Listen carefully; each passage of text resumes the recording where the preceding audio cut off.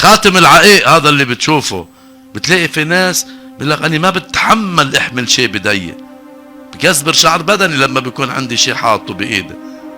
خي حط هالخاتم وقت الصلاة.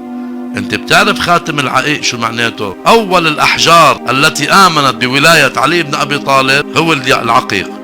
يلا، واللي بيحمل العقيق بالصلاة ويمد ايده لله بالصلاة بالقنوط، وأنه يحسن الظن بأن هذا الخاتم بموجب الروايات لا يرد الله كفا فيها خاتم من عقيق.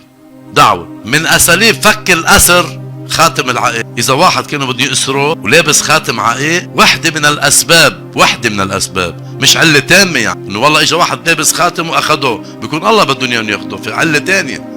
ولكن بيقول لهم الإمام لما أخذوا واحد: لو أدركتموه بخاتم عقيق للأسير، حتى اللي بدها تولد تحط خاتم بتمسك بإيدها عقيق بتيسر الولادة، حتى الميت يستحب تحط بتمه خاتم عقيق. واحد بيجي بيقول لك حجر لا ينفع ولا يضر. الله عز وجل يجري لك من الأحداث الخارجية حتى المادية من الأقدار ويحولها لك إلى منافع، لأنك أحسنت الظن، وحسن الظن بيؤدي إلى معاملة اليقين عند الله عز وجل.